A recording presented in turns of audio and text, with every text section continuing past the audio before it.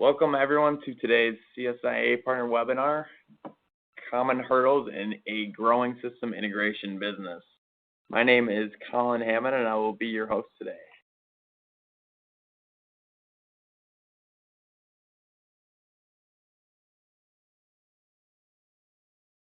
For those of you who are unfamiliar with CSIA, we are a global nonprofit professional association with over 500 member companies in 40 countries. Our mission is to advance the practice of control system integration to benefit our members and their clients. Our vision is to ensure that manufacturing and process industries everywhere have access to low-risk, safe, and successful application of automation technology.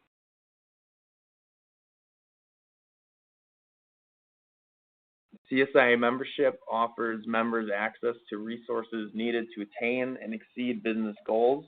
To highlight just a few of our many member benefits, the CSIA best practices manuals guides control system integration companies in the setup and running of a solid company. CSIA Business Insurance Program offers members an excellent insurance program for business owners, subcontractors, and more. The program includes members from all over the world enjoying the peace of mind that comes with CSIA insurance. Clients in all industries are now seeking integrators with a CSIA certification alongside ISO. They recognize CSIA certified integrators' commitment to industry standards and business acumen. And as a result, being certified can shorten the sales cycle. CSIA Industrial Automation Exchange is the premier automation guide featuring system integrators and suppliers who provide industrial manufacturing and process automation solutions. For integrators and suppliers, it's a place to market their expertise. Clients will find white papers, case studies, capabilities, contact information, and engage in conversation directly with CSIA members. And also, please follow CSIA's online events calendars for all upcoming webinars. That's including both partner webinars and business webinars. CSIA Business Webinars features topics handpicked by CSIA leadership to help you run your business. CSIA's partner webinars are opportunities given to CSIA's industry partners to address hot topics and demonstrate their expertise. You won't want to miss these opportunities to learn from the comfort of your own office or home. And for more information about CSIA, please visit our website or you can contact us at info@staff.controlsys.org or 847-686-2245. And at this time, I would like to introduce our presenters. Jack Barber is a senior business consultant with Exotek. Jack brings 30 years of experience during his tenure at National Instruments, most of which focused on building the NI system integration business as the Alliance Program Manager. In his Alliance role, he recognized the critical importance of assisting Alliance partners to gain the business acumen necessary to manage and grow their organizations. He had also spent 7 years in NI Global Services and Support to deliver large-scale solutions to NI's most strategic and demanding customers. Don Roberts brings almost 40 years of domestic and international system integration experience to the position of principal at Exotek LLC. Due to the diversity of his professional experiences and his commitment to the future focus of the industry, Don has become a leader in providing guidance to control system integrators as they steer their companies through periods of significant growth. On the board of a number of companies, Don also is responsible for performing business-level audits globally to assess companies' compliance with the CSIA certification program. Prior to joining Exotek, Don managed one of Canada's largest control system integration businesses. He has served on advisory councils for Allen Bradley, Digital Equipment, and one of Canada's leading high-tech universities, the University of Waterloo. He served on the board of governors of Conestoga College and acted as an industry advisor to several automation courses at the college. Many companies such as National Instruments and Phoenix Contact look to Don for advice on how to best work with their system integrator partners. Don is a frequent speaker at a number of conferences and is an active supporter of the CSIA. He is a regular judge in the Control Engineering Magazine System Integrator of the Year Award contest. Don has also been involved in the negotiations of a number of mergers and acquisitions in the control system integration industry and provides executive level coaching to many company owners. And with that, I would now like to turn to our distinguished presenters. Welcome, Jack and Don. Well, thanks Colin. Appreciate that introduction. And to everyone in the audience, good morning, good day, maybe good evening, depending on where you're located. My name is Jack Barber. Don Roberts, who you just heard about, is with us today, and we're going to be sharing our experience regarding common challenges that systems integrators face as they're growing their business. It just seems ridiculous not to, address the elephant in the room, that there is, an unprecedented hurdle that we are all facing now. Obviously, we created this presentation and committed to presenting it before current events have taken over. But I think a lot of the things that we're going to talk about today are very applicable during this time frame as well, and if not, provides kind of a roadmap or things that you can take a look at and embrace, as we get through this and by this and move on to further build your organization. Yeah, Jack, and you know me, I always like to put a positive. You know me, I always like to put a positive spin on things. So, as companies are struggling with what the current reality is, it's also not a bad time to take a look at your company and look internally and start to address the best practices and how to implement them in your company. So hopefully this presentation provides you with a couple of yardsticks to make that a little bit easier. Yeah.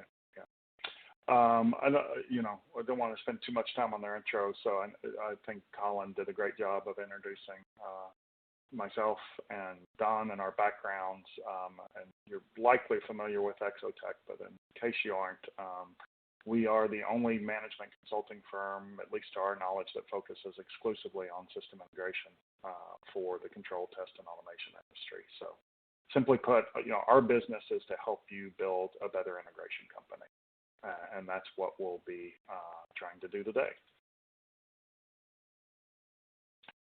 Okay, so the subject of this presentation is, barriers to your growth. Put a little perspective on that. Verne Harnish, in his book, Scaling Up, there are roughly 28 million businesses in the U.S., only 4% of which ever reach $1 million in revenue. And of those businesses, only 1 out of 10, or 0.4% of all companies, ever even make it to $10 million. And you can see as the graphic there on the right goes up, there's these dips and flows to growing your business. So to even start a business and get it to $1 million, much less $10 million, is you're in a great minority. So it's not an easy thing to do. The second study we'll reference is by Professor Larry Greiner, published in the Harvard Business Review, an article entitled Evolution and Revolution as Organization Grows, where he looks at the crises that form the common barriers for all companies, really. And what we've done in this presentation is really taken that approach and looked specifically at system integration companies and our experience with our clients in the common barriers that they face as they grow their organization. Okay, so the first hurdle, which we actually call hurdle 0, is just successfully starting up a business. So in our experience, system integration companies are often started by a technical entrepreneur often a consulting business. They've developed some expertise based on their in-job experience, and they start kind of moonlighting on the side of their primary employment to start their own business. They're likely making money on those consulting fees, probably time and materials type of jobs, and really financing the business out of their own pocket. At this point, there's typically not much or marketing at all, maybe a thin website, but they're mostly relying on networking and word of mouth, repeat business with existing clients, and just plain hustle. They're getting by on their expertise and their reputation. Assuming they're successful at doing that, they will eventually begin to exceed their own capacity to do the work. And so they start working kind of long hours over weekends and maybe try to hire a couple of young programmers to help kind of offload the workload. So any of you that are in the audience that actually started your system integration business, hopefully that sounds familiar. So let's talk about things that we would recommend to folks that are in this phase. First thing I'd say is organize, organize, organize. Effective entrepreneurs will take the time to be methodical and professional in starting up their business. Avoid rushing your efforts only to see yourself repeat the same mistakes. It's also a good example as you begin to hire new employees to do things methodically and make it clear how they should be doing things. And the other aspect I would say in being methodical, even in the beginning, is you can really start to notice and foster behaviors that you like, as well as discourage things that you don't. This really becomes kind of the foundation of what will become your values and the culture for your business. So notice you want to build a company that you like to work in. So take note of those things so that early on you really start defining and embracing what your values and cultures are. Secondly, master the basic methods of bookkeeping. Start with an accounting package like QuickBooks. Probably a key point here is to separate your business expenses from your personal expenses, and don't be sure to use your profit, any profits that you have early on, to establish a strong banking position. To grow, as your business grows, you'll need a line of credit. So consider that and how you manage the finances of your startup business. And then the last thing I would say in this phase, and certainly had experience of this with NI Alliance partners when they were starting up, is always be looking for your next project. Never finish an engagement without discussing follow-on work with your client, whether that's work with them or even a reference. And don't wait till your work, don't get so buried in your work that the project actually comes to end before you start thinking about this. Establish a good relationship with your local vendor representatives, whichever sort of integration that you're type of doing, because they may be able to help you navigate to the next job as well. Don, any of your thoughts on that? I think that's you've hit it pretty well. In addition, and I know we're going to hit this in a couple other slides, certainly the vendor relationships for more business, but this is kind of the start where you're going to want to also build some relationships with the bank. And I know we're going to hit that in a couple other bullets, but there's never too early to start that sort of relationship. Great. Okay, on to the first real hurdle. Once the company has gotten off the ground, the first real hurdle that we see our clients face is project inconsistency. At this point, the company has grown to something like 5 to 10 people, probably crossed the 1 million barrier, but they just can't seem to get over the $2 million hump. What we see in this phase is that the new leaders are typically focused on the details of the projects themselves and not the overall process for managing projects. And with this lack of process, some projects are very profitable and others very unprofitable. It feels like, you take 2 steps forward and 1, if not 2 steps back.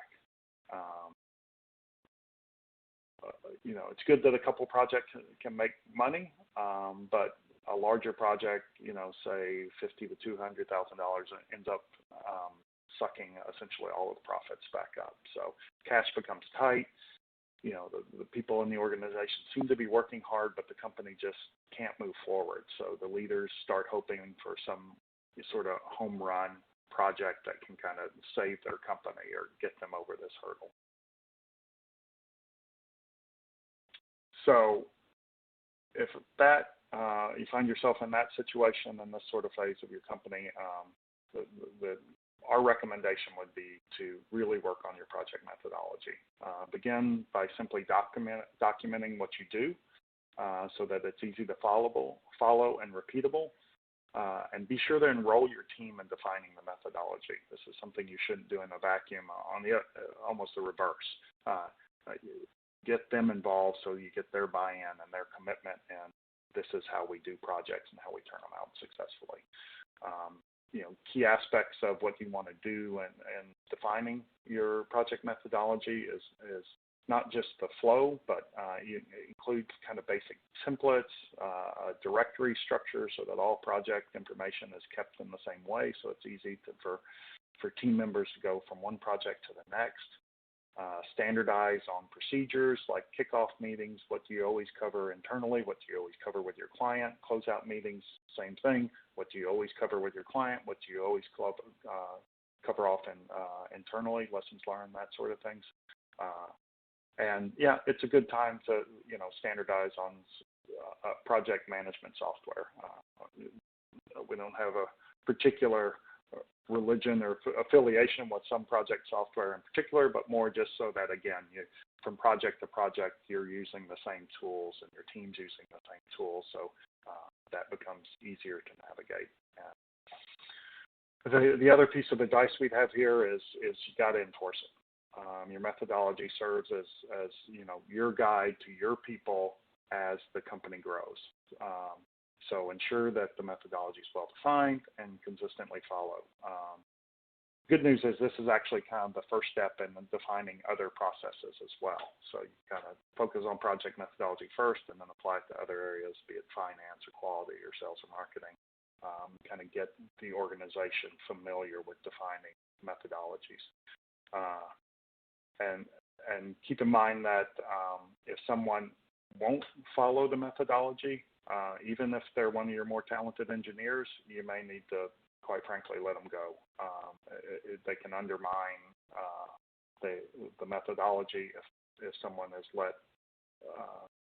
let loose on not following the methodology, and it can kind of undermine the whole process. Don? A couple of quick things. There was a question about whether or not the slides will be available. So this whole presentation is being recorded, so it will be available, and anybody who needs it quicker, wants to reach out to us, we will make that available. A couple quick stories. One of them is with regards to documenting your process. So we've done lots of different training sessions, and we always tell people, yeah, you need to document your processes. And oh, by the way, the first thing you do is you write a process for writing processes, and they look at you like you have 3 eyes or something like that. And and the second thing, you write a process for improving that process and any other process. And then you write a third process, and that process is what you do in the event that the process fails or it breaks down. And I recall one training session, we presented that. A couple months later, I got a phone call from one of the people in the room and said, look, Don, I'm really disappointed in the presentation. Oh, geez, that's not good news. What is it? He said, I really, really wish you would have stressed that point a lot firmer. We wrote out all our processes, found out that, yeah, that's probably not the way we want to write it. And we ended up rewriting our processes like 3 times. And so please stress the point of here's how we're going to document our processes, here's how we're going to improve them, and here's what we do if they're broke. So that's just one quick story.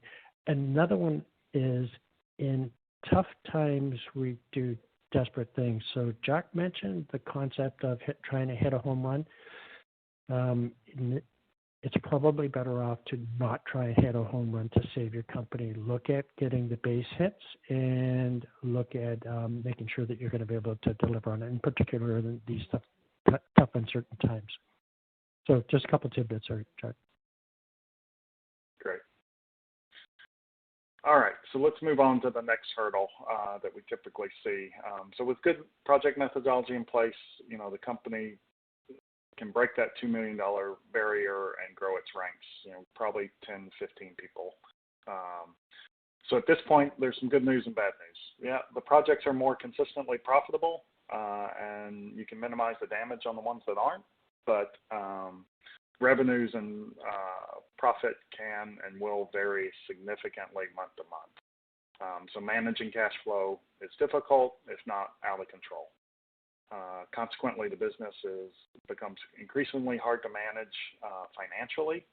What we see is people in the business are maybe recording project information, but often the leaders can't seem to get good reports on kind of the actuals of the business. The efforts to kind of produce reports is becoming high. It's labor intensive. So often the tracking efforts become so labor intensive that they're just not being followed. So again, the leaders are not getting the visibility they need to run the business effectively. So if that's the case that you find yourself in, this kind of financial instability, what we see our successful clients doing is implementing an effective project cost accounting system, one that can budget and track your costs and revenue on a project at the project level, at the activity level, task, and resource levels. The system should be able to handle different transaction types, for instance, both external projects and internal projects as well. Unfortunately, there's, at least to our knowledge, no perfect financial system out there in the industry. So regardless of which one that you choose, you'll need to make sure that everything connects. That's by implementing procedures to compensate for the lack of the integration and functionality of whatever systems that you're using. Really, your biggest challenge isn't the underlying technology and the software that you choose, but aligning your people and your processes to the tools that you have chosen. Another piece of advice we suggest with our clients is that take the perspective that the future is more important than the past. With respect to projects, accurate tracking of the percent of completion is more important than the work in progress. So make sure that your teams are held accountable to the work that's left to do. In some sense, the work that's already done is kind of water under the bridge. I mean, yes, you're tracking that, but what becomes critically important is how much work has to be done to finish this project. It's not really about what the customer's deadline is. It's about the work meant to satisfy the project. Because I know I haven't talked to an integrator who hasn't experienced this, but if engineers left to their own devices will fill the allotted time by reworking stuff or over-delivering when it's most important to make sure what is it that we need to do to deliver to meet our requirements and only those requirements to make this make the customer happy, but the project as profitable as possible. Similarly, on the financial side, yes, you need to be able to produce a balance sheet, but it's almost more important to do cash flow projections, to know what your future business is going to look like. Even large companies can run out of cash. So again, take the future perspective that is just as important, if not as important, as knowing what the dollars and cents are, on that very day.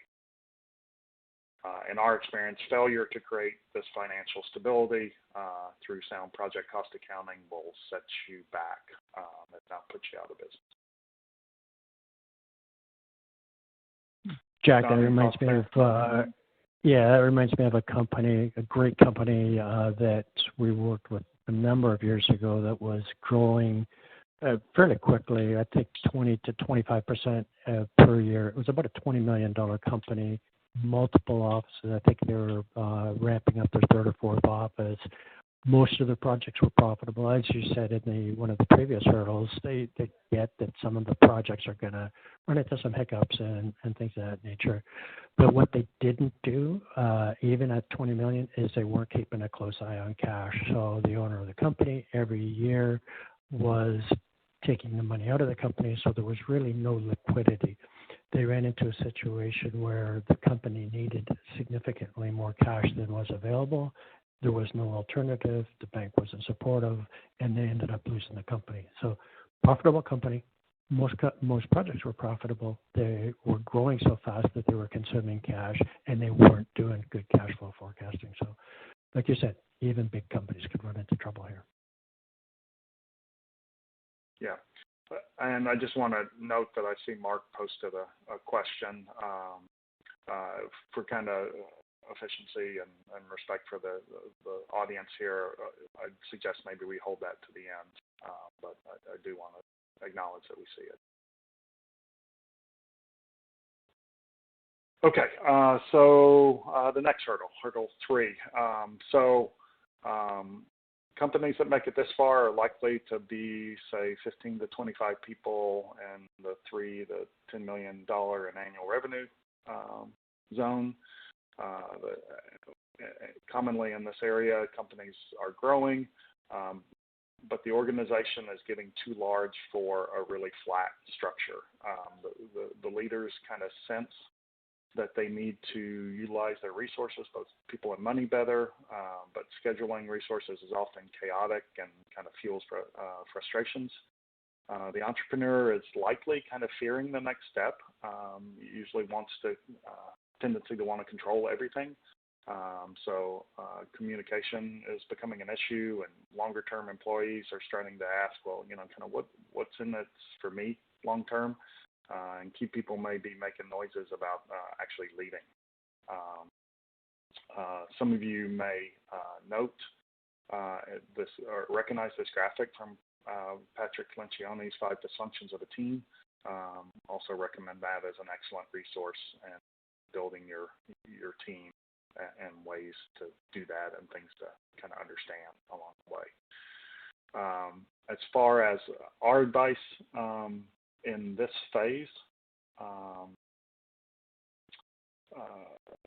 beyond just kind of addressing team dynamics through things like the 5 Dysfunctions of the Team, what we see successful SI leaders do is establish strong accountability and organizational structure. We recommend doing that by defining the essential roles for the organization, not by the current people in the organization. Almost, set your kind of who you have in your organization kind of aside, so to speak, and just almost on a blank paper, what are the essential roles and what does a good organization look like? And then to the extent that people do match into those roles, then the kind of putting names in place becomes second, and you may have your name in multiple places until the organization grows to be able to fill those roles and responsibilities. Another suggestion we would have, kind of based out of Gino Wickman's book called Traction, he asserts that there's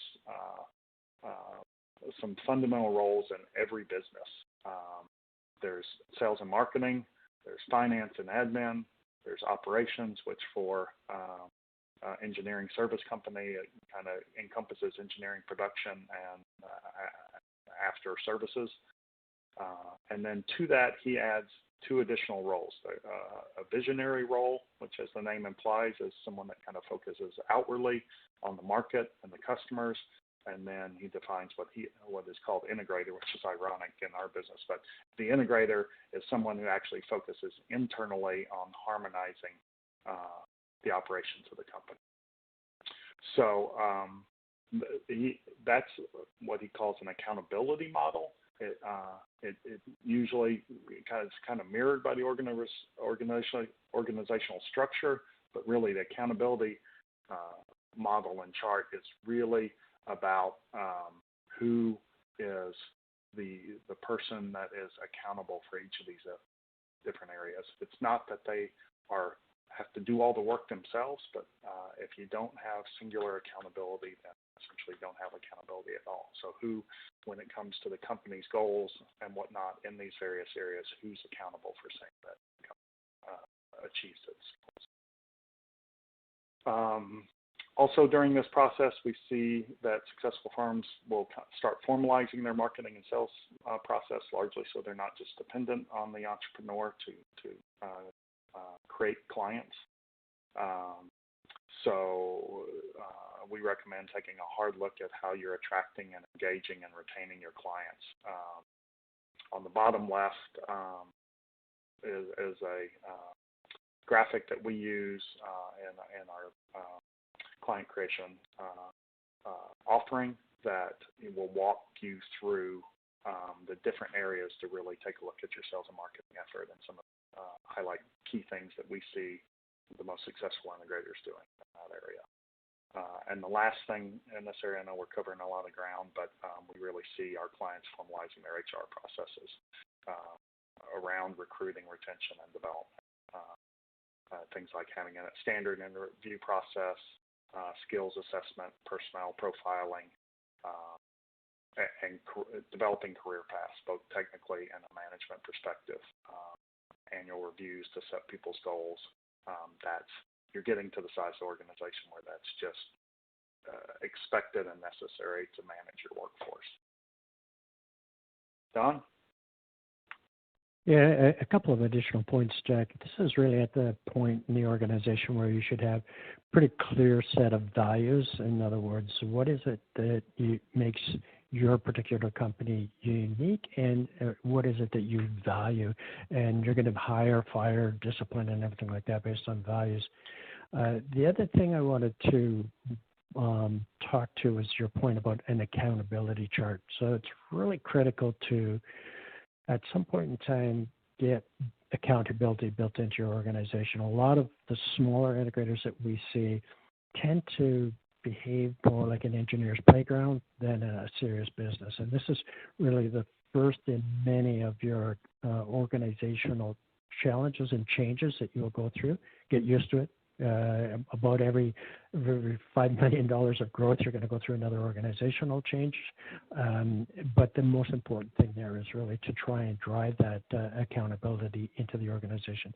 If you don't start building it in soon, earlier on in the company, when you get to $20 million or $15 million size company, if you don't have accountability in at that point, you are going to need to make a significant cultural change. It'll be really hard on the company. You'll lose 25 to 50% of your employees because of that change. You'll need some really strong leaders on board to try and implement that. So start at this point. Make sure that you understand what people are going to be accountable for and hold them to that. All right. In our experience, crossing these hurdles, we typically find that our clients have kind of the fundamental elements they need to manage a successful system integration business. So you should be congratulated for getting this far, and at least, in my experience, you kind of have some room to run.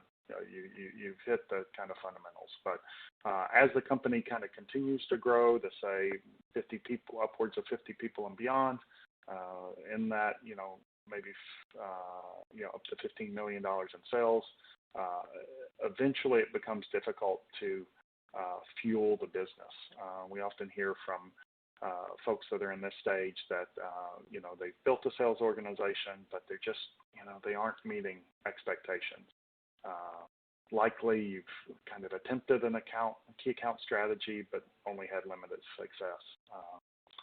So while the company is operationally stable, the sense is, we just need more opportunities. We're kind of outgrowing our market, so to speak. We hear that, they've outgrown their vendors' ability to churn up business in their own geographic area. So they're looking, for how they can expand either geographically or to other markets. And the conclusion is that there's just not enough good opportunities, so that one temptation is to just, in that case, we just take anything that, can may not be the best opportunities to take, so it kind of undermines the business a little bit, but they just kind of searching for, how are we going to continue to fuel this machine that we've created. So when clients are in this situation, what we typically work with them to do is really evaluate their product and market matrix, as well as kind of what is your place in the value chain. It often seems kind of counterintuitive, but you actually need to narrow your focus, not broaden it. So instead of taking anything you can get, is really determine what is it that you really want to get, and that will enable you to launch more effectively marketing campaigns, focus on key accounts. Certainly, if you haven't already done so, when you get into this phase, you really need to formalize an annual strategic planning process. It should involve your management team, as well as getting some outside perspective as well. You need to collectively be able to answer, fundamental questions like, why are we here? By doing that, you can establish and review your mission and objectives. What are we selling, and to whom, so that you can focus your offerings and your business development activities. And really, Don touched a little bit on this, is why are people really buying from you? So, that really can help you define what your competitive advantage is, and help you differentiate yourself in the market. And I'd say, in this process, be sure to evaluate not just the things that are highlighted there, but every aspect of your business, including your environment, your resources, your organization, so that, annually you're doing a top to bottom look at, how you're growing your organization. And then, that will result in more specific goals and actions that you can get your leadership to commit to, and you can present to your company and your employees, and then have a formal process to track those results and hold people accountable, as we've touched on a bit. So definitely want to emphasize that strategic planning is not something that you just do annually. There is an important kind of annual process, but that really is something that needs to be integrated into your company's operations, so that you have a way to assess your progress and adjust throughout the year. Don? Yeah, so a couple of points to just reinforce here, Jack. At the beginning of this hurdle, you started talking about the vendor's inability to deliver enough opportunities. And we see this, time and time again, is at this particular size of a company, you as the owners of the company need to take control of opportunity creation. You can't just expect those opportunities to continue to flow in from the vendors. So if you figure out what the market is that you're going to play in, and if you can't define your market share, then you probably haven't focused enough. So I know it sounds counterintuitive, but the tighter you focus, the better, the faster you'll grow, the more profitable you'll be. And as you're putting together your competitive advantage or your differentiators, ask yourself 3 questions. Is this differentiator meaningful to the customer? Is it difficult to match so my competitors don't have it? And is it something that is sustainable? And if you can answer those 3 questions, then you should have a fairly good competitive position. And one thing that is coming up more and more nowadays is post-project support. So we're seeing a lot of integrators start to identify that post-project support is actually not a bad spot to be. In the past, integrators just wanted to do the project and get out. But I think there's some good studies indicating that there's actually more money spent post-project than there is during the project. And in tough times where capital spending is at a minimum, there's still operating expense, and some plants right now are going gangbusters just trying to keep up, particularly medical, paper, all of that sort of. So there is lots of opportunity for sales out there. Just understand where you're going to get it.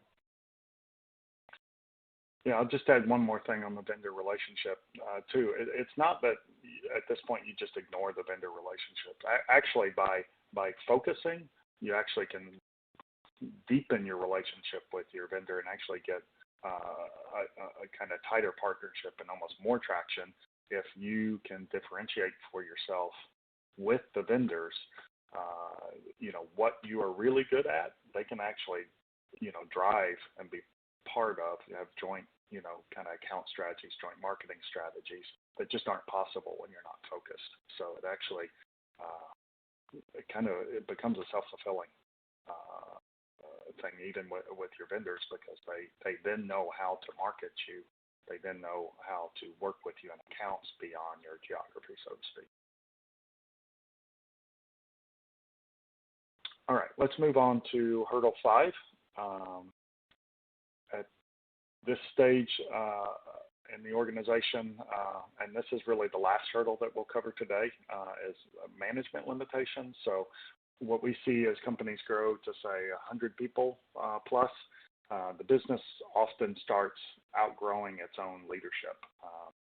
The senior managers see the potential, but they can't seem to make it happen by themselves. And the second level management starts to become stressed. The company is often kind of chock full of technically trained engineers, but they don't have the skills to manage this level of business. And the promise of career paths for managers starts to conflict with their own abilities to manage that level of business.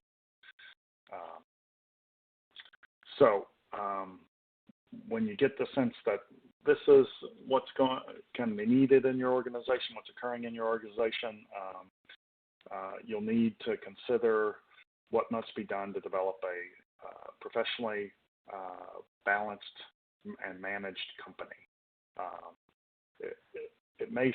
You may get the sense that or desire to kind of grow the company by breaking it into smaller units. You can focus the business units that way into a specialty area, or kind of opportunistically, or breaking into kind of regions.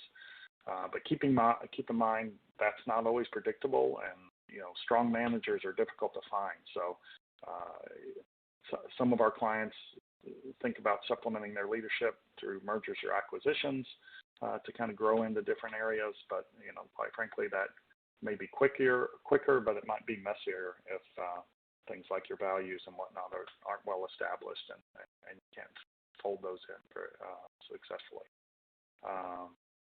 And you'll likely need to be having very candid discussions with your leadership about what's going to be required to continue to grow the business. We often, at this point, see business owners that are thinking about their own exit strategies. So just to ask them to keep in mind that, typically it takes 2 to 10 years to implement. They may be considering the ESOP, which is great for the employees, but need to think through who's going to manage the company in your absence. Ultimately, who's really in charge. To be honest, there's not simple answers here, so solutions take time to implement.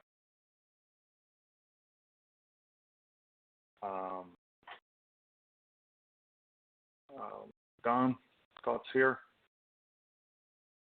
Yeah, this has become a bigger and a bigger problem all the time. So one of the things that a story I can share with you, if you go back way back in the slide presentations in the Larry Greiner model, where you saw the hurdles where companies would go up and it'd hit a ceiling and then just come crashing back down, and then they would try it again, and then they would try it again, and then they would try it again. So a company that was about a $10 million a year business, they had started 4 partners had pulled together. They were going to grow this business, and they started, the typical start in a garage, got it up to 10 million.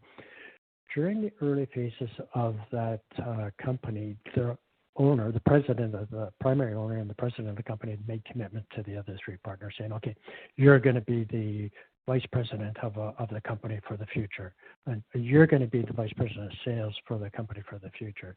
And they got busy working in the business, growing it up, getting it to 10 million. But when they got to 10 million, they realized that they hadn't really trained anybody on how to be an operations manager of a $10 million company or a sales manager of a $10 million company.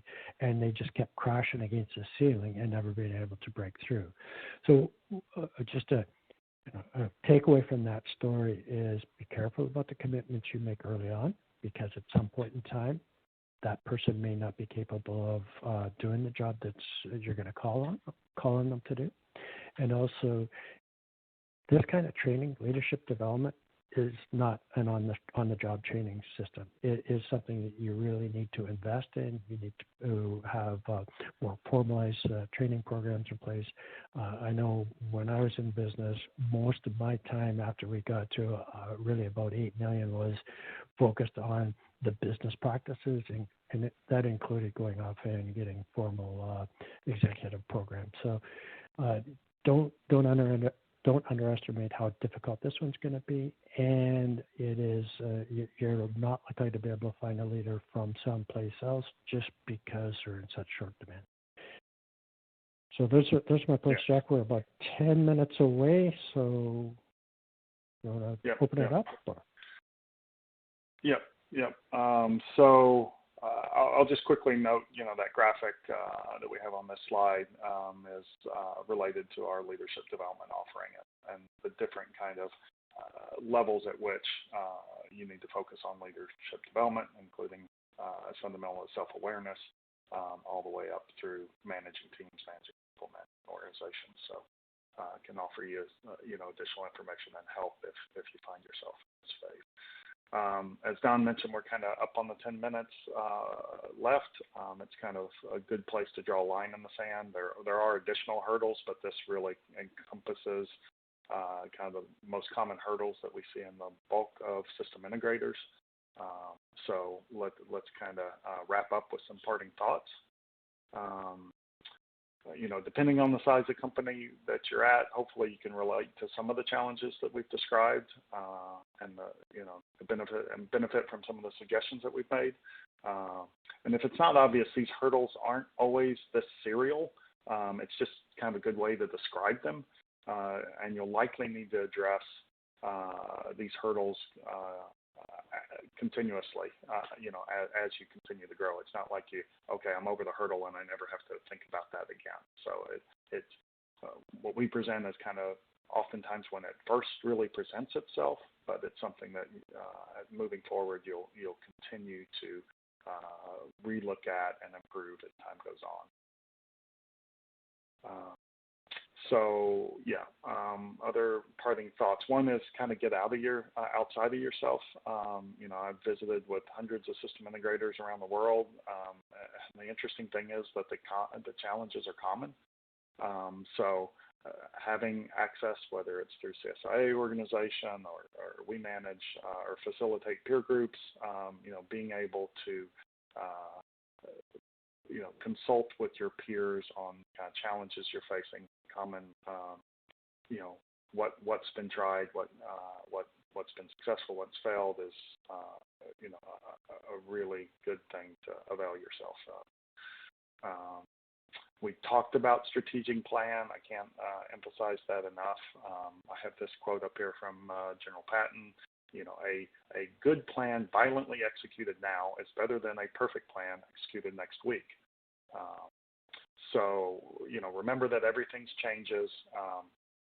Develop a plan and go at work at fulfilling it, and realize that successful integrators double and say every 3 to 5 years. So you'll need to reevaluate that plan regularly to know and assess the path that you're on. And the last thing that I'd mention is invest in your people. I think we've touched a little bit on that, but just parting thought is invest in your people. They're really the key to your future. And I don't mean just technical training. It's leadership development, It's getting them involved in networking with their peers so that they, build those muscles, build the skill sets that you will need to help your organization grow. Don? I think we covered off all of the main points. The first one where these hurdles, they exist. So you might get to hurdle 3 and think you've bypassed hurdle 2, let's say. Our experience is that you need to get through each one of these hurdles. It might be in a different order, but you will need to solve the problems that are identified in each of the hurdles. Jack, we're getting up like 8 minutes away. I want to touch base a little bit on that. Yeah, I want to touch base a little bit on the question that Mark has. So I don't know if everybody has visibility into it, but Mark has a situation where he's brought on as a sales guy into an organization. The organization's doing well. They've got a good book of business, and he's being instructed to sort of throttle the sales process, if you will. And throttling a salesperson is always pretty disheartening for the salesperson. So this question is, what do I do about that? And let me just share a couple of ideas with you. Jack mentioned a little bit about peer group. One of the things that we see with the peer groups is that when a company gets overloaded, they quite often will go to other people in their peer group to try and see, hey, have you got some excess capacity to deal with it? So that's something, Mark, you might want to consider. The other thing is if you're doing cost-based selling, so you're figuring out what the costs are and you're adding a 50% markup or whatever your markup is, consider switching over to more of a value-priced selling approach where your price represents what the value is the customer's getting. In other words, if you've got that much opportunity, it's probably not a bad time to increase your price.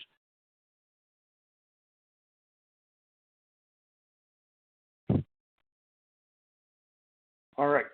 Thanks for, yeah, thanks for that wish, Dresden. Any other questions?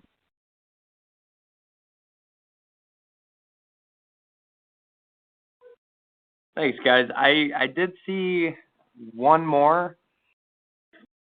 We have one. Is there any way to avoid the hurdles? Wouldn't that be great? I think as Don described a little bit, in some sense these are growing pains that we see that all system integrators will face at some time in their growth. So hopefully by providing this presentation, we make you more aware of the hurdles that you'll need to overcome. I don't think it eliminates the fact that you'll have to roll up your sleeves and figure out what's the best way to overcome them. We've provided some ideas and suggestions, and we're certainly available to help. But hopefully by just being aware of the hurdles that can trip you up, you can stumble less. Yeah, Jonathan, pardon me, Colin, I put it like this. I'm going to tell you that stove is hot. You're probably still going to touch it, but I'm hoping you won't put your hand on it for as long. Great. Any other questions or even takeaways? If you care to share, what you found particularly interesting or valuable, we'd love to know that as well. We got a lot of shy people here.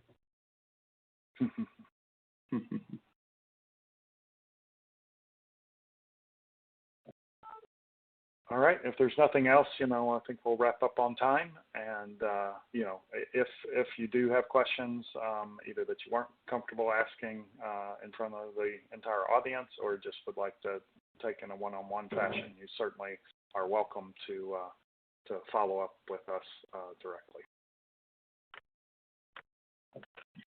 Thank you, guys. And on behalf of CSIA, contact information. There you go. And on behalf of CSIA, I would like to thank Jack and Don for this informative discussion. I'd also like to thank all of those attending.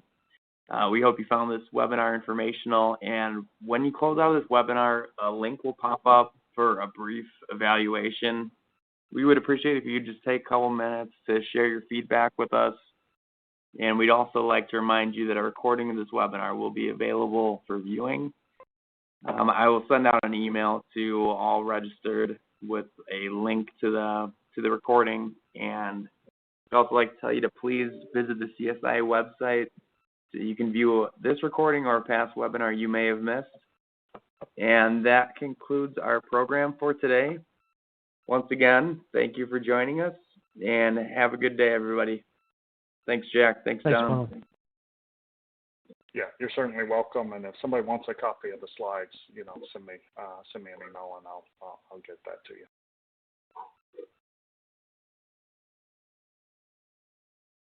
All right. Thanks, guys.